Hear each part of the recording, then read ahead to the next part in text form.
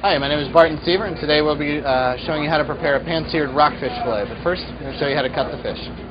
So one of the keys to cutting fish is that you have a clean, dry knife, you have a clean, dry board, and that you are in control of the fish. You don't want it sliding around, flopping about. I have a nice sharp knife that we're going to start off with. Now, the bone structure of the fish is the backbone runs down the dorsal line here. And then you have a set of rib bones which comes up through the belly cavity here.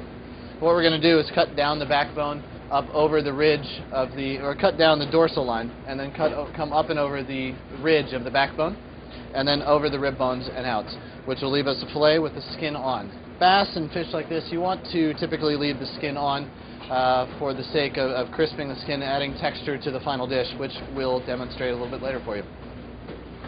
So the first thing I'm going to do is I like to place the fish swimming to the right so the head is away from you. And the first thing you do is cut around the collar. So you want to make one nice smooth in-stroke and come right out. You want to cut just underneath the two fins, facing the fish away from you. I'll do this here so you can see it. But what you do is you come straight down the lateral line. Now don't be afraid of this.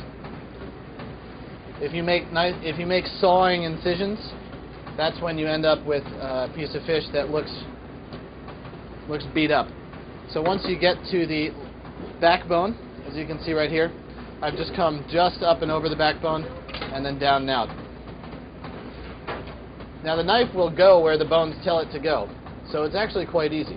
But once you start here, then you're at the rib bones. You want to insert the knife, rotate over so that you're on top. And as you can see here, I'm just on top of those bones. And you want to cut down at this point, not out. If I were to cut out, my knife would come straight through here, thus cutting off the belly flap. So you want to cut straight down, thus leaving that belly flap intact, and you have a nice, beautiful fish fillet. So you've taken all the meat off the side here, and you left it all on here. It's a nice and intact, so you're going to have a lot of texture and room to play with. So we'll take this fillet, put it over here, and repeat the same process. But everything goes in pretty much reverse as you're going in the opposite direction. Now, one of the things to be careful of is these dorsal spines will get you. They'll stick right in your finger if you're not careful. So anytime you're handling a fish, always brush it in the way that the fins go. These not only hurt, but they'll make your hands hurt for quite a long time as you get a nice little infection, and it's kind of nasty. So what we'll do here, the same thing, just come straight along the dorsal line. Straight up. And once we get to that backbone, I'll just come straight over it. I'll then rotate the fish around so you can see this here. Coming straight out.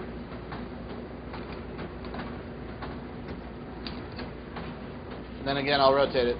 Now, you shouldn't rotate it this much for cutting yourself, but just for the purposes of demonstration.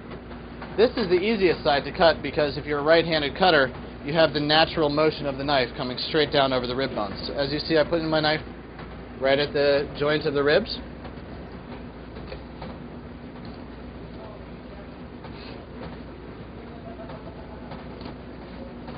And you come straight down those bones.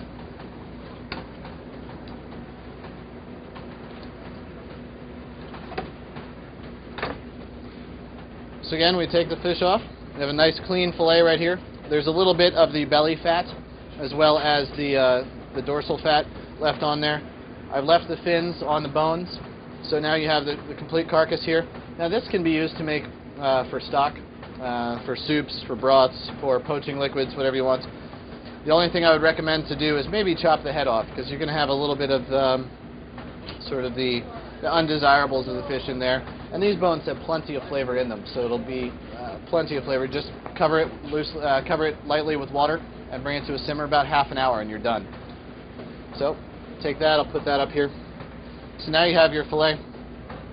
As I said, you have a little bit of the fat left down here. That's quite easy to take off. Now this portion of the fish is delicious. It's got the most fat of any portion of the fish here. This is the belly flap. However, look at the size of this. Much thinner, so it's not going to cook at the same rate as the head fillet here. So what I typically do is just remove that off. Now if you're doing a dinner party for enough people that you have enough fish here, This portion can be trimmed up and then sliced very thin into a crudo or almost like a sashimi style preparation, or it can be diced up into a ceviche or a tartare. So save these scraps. If you don't do anything with them eating themselves, you can just throw them right into your fish broth. Now, pardon me. The last thing that we have to do here is we have just a few pin bones running down the backbone. If you have a pair of needle nose pliers, you can just pull those straight out, or the easiest method to do is just to V-cut them out. So you have 1, 2, 3, 4, 5 bones running down. So it's easiest just to make an incision right on one side of them, and then to basically just cut right on the other side of that, taking that whole section off, because again, that's thinner than would need be to cook. So with the needle nose pliers or a set of fish tweezers, you could just go into the fish, get a firm grip on one of the bones, which isn't always so easy to do, and just pull straight out. So there's only 5 of them on the rockfish, so it's quite easy to pull out. So if you're doing a whole roasted fillet or something like that, that's the best way to do it. But as you see I'm doing, I'm just finding the top of the bone with my finger. It's actually a rib bone here. It's a rib bone that I had left on. Finding the top of the bone with your finger, grabbing it with the tweezers, and then holding below it with your other fingers, just to ensure that it's pulled out smoothly and cleanly. So there's your fish. Now, since I have this fillet completely cleaned up already, what we're going to do here is cut a nice portion. Now, a nice portion of fish is probably about 5 to 5.5 ounces. That's about all that we're going to need. When we're talking about fish and protein, the human body only really needs about 4 to 5 ounces. So a portion like this is healthy. It is generous, but it also will allow the rest of your dish to really be enjoyed, the side accompaniments that you're... So out of this fillet, we'll get 3 portions.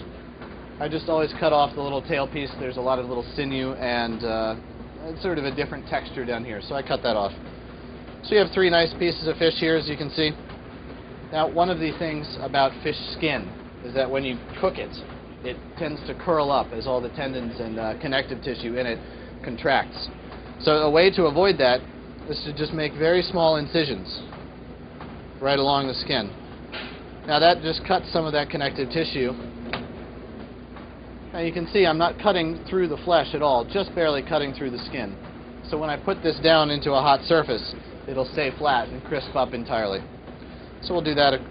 You can also get quite adventurous with the shapes and sizes and cut in designs, crisscross, hatch marks, whatever you'd like. I tend to just do this and leave the beauty of the crisp skin as the real presentation on this. Okay, now that our fish is cut, we're going to show you how to pan-sear the fillet.